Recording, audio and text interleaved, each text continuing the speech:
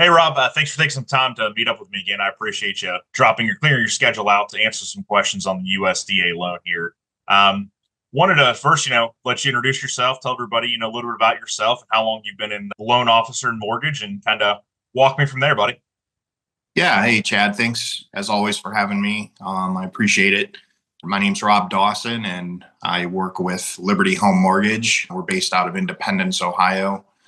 We're licensed in 45 states right now, 46 coming aboard soon, I think. Been in the business 27 years, which is hard for me to believe. 27 years. And then for 4 years prior to that, I was actually a realtor. So been in the real estate business for 31 out of my 52 years. So been doing this a while, and I've pretty much seen every type of situation. So, of course, we work a lot together. So I always appreciate your business. Yeah, no problem, man. So reason brought you. My area is kind of a different area from a lot of them, where we have the availability for a lot of USDA loans in this area.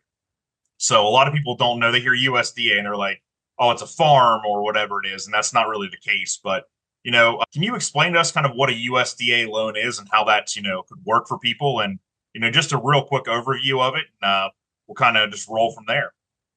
Yeah, I'm definitely going to do a high level overview because USDA is actually one of the most detailed loans out there. So I'm going to give everybody kind of the basics and just know that we're talking in general. And there's exceptions to all these rules, and anything that I talk about today, there's exceptions to. So this is just the general published guidelines and published things, but sometimes we can get around that.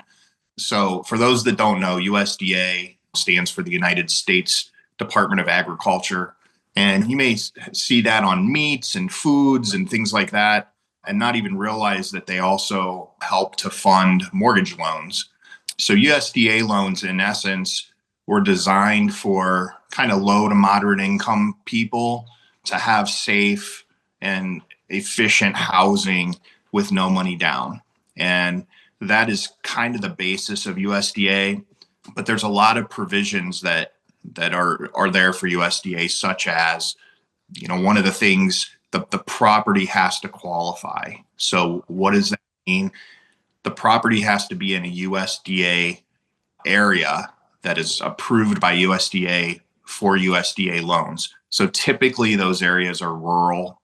They don't always have to be rural, but there's a map that USDA puts out. You simply put in the address, and if it's eligible for USDA financing on that map, then it's eligible. So that's kind of the basis for the house part, the property. But there's so much more to it than that. So again, just high level overview. In addition to that, the borrower has to qualify. And the unique thing about USDA loans is there's an income limit occupants of the property. So even if somebody is not on the loan, we're still looking at their income, and they still have to fall under that income limit that USDA puts out. So I can talk about this forever. I don't know if you have specific questions or if you want me to just keep going, but I can talk about, kind of just go down the list of USDA qualifications, and then we can go from there maybe. Yeah, I mean, yeah, if you want to, just for everybody kind of watching, I know you don't know my area as well. So wanted to kind of give people in the County Panhandle of West Virginia ideas for the USDA map. Belmont County is completely allowed in the USDA map. There's nothing that's not considered rural. If you go into Jefferson County, still on the Ohio side, you're looking at Wintersville and Steubenville. There's some areas somewhat of Mingo Junction. If you cross back over into West Virginia, you're hitting the Weirton area that's not eligible. And then the same thing for down in the Wheeling area. Marshall County, Brooke County, those areas are almost completely available for it. Don't quote me on those ones because things do change every once in a while. So we'll have to put it in the map. But just overlooking, if you're looking on the Ohio side, basically everything on that side over here for, my area, Belmont County, Jefferson County, with the exception of Steubenville and Wintersville. Those are the two areas that are blocked off. So, yeah, if you want to talk about some additional qualifications of it, that'd be great. Yeah. So, as far as the property, we've already talked about the property qualification. As far as the borrower goes, there's no credit score minimum for USDA. However, I will tell you that if you're under a 640 score, the likelihood of getting an approval USDA is slim to none. So we're basically looking for 640 and above credit scores for USDA. The published guidelines are 2941 for debt ratio. And what that means is 29% of your gross income can be used for the housing portion of your debt. So your principal, interest, taxes, insurance, that all goes into that. That can be 29% of your gross income.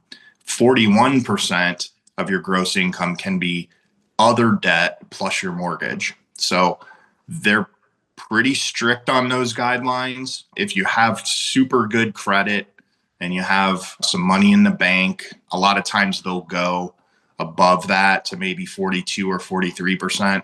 But when you start getting above that, you're probably not going to get an approval. Again, it's case by case, but those are the published guidelines. USDA does charge a 1% funding fee on every loan. So 1% of the loan amount goes to USDA as a funding fee. They do allow you to finance that on top of the loan. So you're actually borrowing 101% of whatever the house is. So that, the funding fee is something that you have to pay, but at least they let you finance it so you don't have to bring it to closing. USDA also allows 6% seller concessions from the seller to pay your closing costs. So you can really come in with no money down. And in fact, I've seen people get money back on USDA loans under certain circumstances. So that's kind of it in a nutshell. There are some other perks, there's some other cons, but that's kind of USDA in a nutshell. So when we look at the income limits and everything you're kind of talking there, and I know you'd mentioned people coming to the table with nothing. Our area seller concessions are quite frequent. So we see a lot of seller concessions. So it's completely possible that people can, if written right, the offer. I mean, like you said too, I've seen a handful of situations where people have gotten money down at back at closing. So whether or not to be like paying back for their appraisal is one thing, like some kind of stuff like that where they got enough seller concessions, but a lot of really great things there. So yeah. So you talked about the pros and you talked about the cons. What are some restrictions other than the areas that could happen? I know you mentioned income as well too. Is there anything else that could pop up for the USDA loan? So in general, USDA is designed for first-time home buyers. There are some exceptions to that, such as if their family grows and they need more room, if they've become disabled and they need now a house that caters to their disability, if they get transferred maybe for a job that's far away, things like that. But in general, it's designed for first-time home buyers. So that's one thing. I should mention too, as we were talking about closing costs, the cool thing about USDA that's unlike any other loan is if the appraisal comes in higher than the purchase price, you can utilize that money for closing costs too. So let's say you buy a house for $150,000 and the appraisal comes back at $155,000. You can utilize that $5,000 towards your closing costs. So that's kind of neat too. In essence, you could finance the 1% plus your closing costs. Plus, you can also have seller concessions. So, wow, really a lot of ways in there that you can get in with no money down. So, the biggest drawback really is the income limitation. A lot of people don't qualify because you have to make enough to qualify for the loan, but you can't make too much or you don't qualify for the loan. So there's kind of a happy medium in there that you have to fall. And there's really no guideline for the income limitation. It depends on, first of all, the area. They have different income limitations.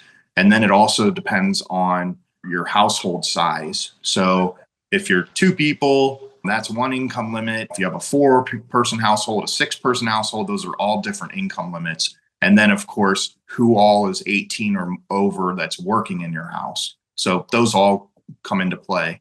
Really, the best thing to do is if you have a house that you're interested in that's USDA, get with a good loan officer that's USDA knowledgeable and just make sure that everything checks out before you start going out there and looking at homes, Right.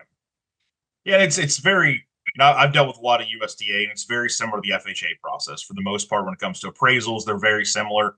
I know that USDA has a couple additional requirements if there's a well and stuff like that that need to be inspected on it typically. But overall, very similar, very easy process to get that part of it done. So I think it's an underutilized loan, but of course you've got to fit that little box to make it exact as well too. So definitely one great thing for my area. So is there anything we're missing? Any other thing you'd like to add on the USDA loan you can think of, or any information that might be pertinent to some people that are watching? No, I think I pretty much hit everything. If you want to check out USDA loans, you can just Google USDA loans and it'll give you some more information. It'll give you there's a lookup tool online for property. So you'll just go to USDA lookup tool and type in the address and it'll tell you right then if it's eligible for USDA or not. So that's really step one. The property has to be eligible. And then once you find that, you just kind of go on to what we've talked about.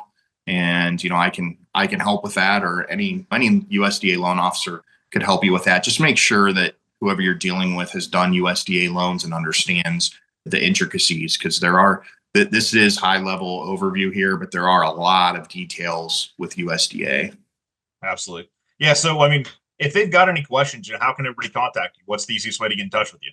Yeah, so can always call or text me at 330-510-7772. You can jump on my website at robmylender.com. There's a lot of information on there, including information about USDA loans and every other type of loan. Those are the two easiest ways to get me.